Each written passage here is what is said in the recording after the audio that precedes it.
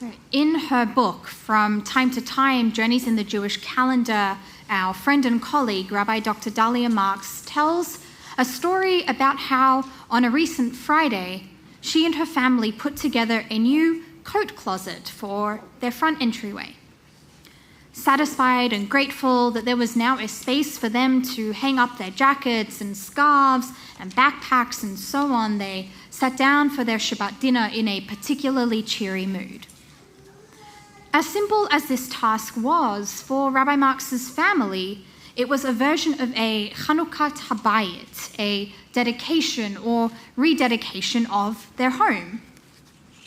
If that word sounds familiar, don't be surprised, because it's the same as the festival that we are currently celebrating, since Hanukkah translates as dedication.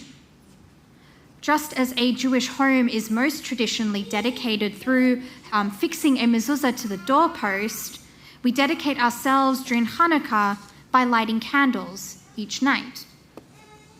Hanukkah is, of course, literally a festival of dedication, as we remember the rededication of the Second Temple in Jerusalem.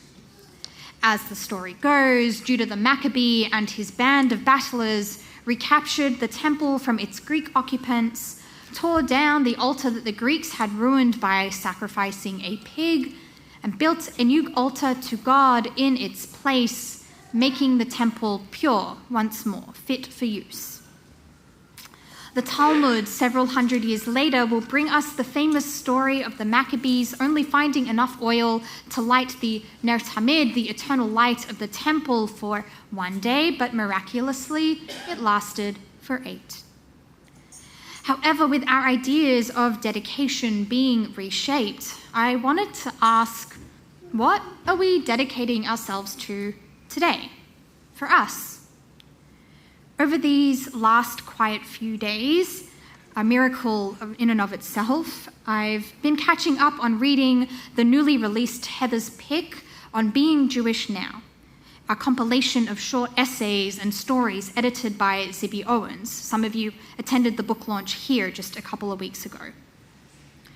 One of the essays, by producer Emily Tish Sussman, tells of how her attitude changed towards her Judaism once she became a mum. Emily writes about how she grew up quite secular, always knowing she was Jewish, always proud to be so, but never emphasizing it as part of her identity. However, a happy memory from her childhood was lighting Hanukkah candles and singing Hanukkah songs. She knew it was something she wanted to pass along to her children. And after having her world turned upside down with 2 children born 18 months apart, she felt it was something she wanted to reconnect with and share with them amidst the messiness of motherhood. I know we're sounding pretty cliche so far. New parent wants to raise their children knowing and understanding their heritage, so they bring more religion into the home. So what? Big deal. So here's where the twist comes in.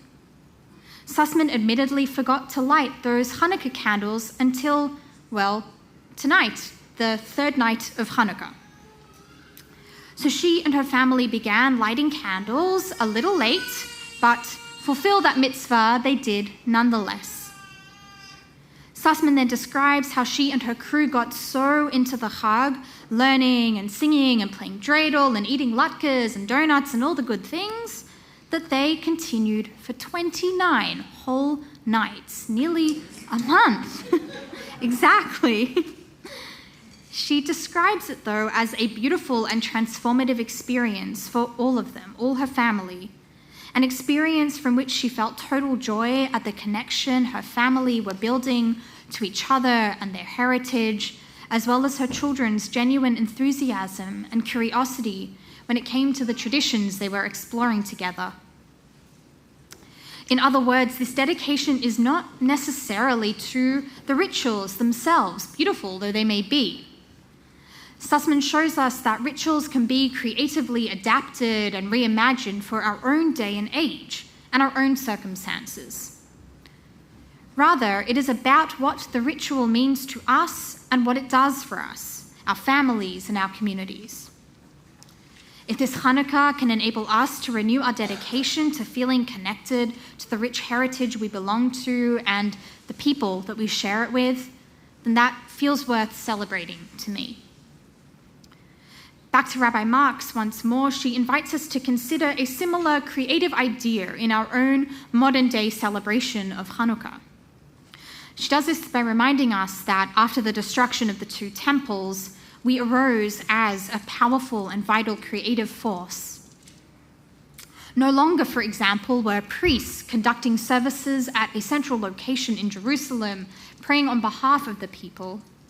Instead, today, every Jew can stand and serve as a prayer leader, with the right knowledge and a bit of training, of course.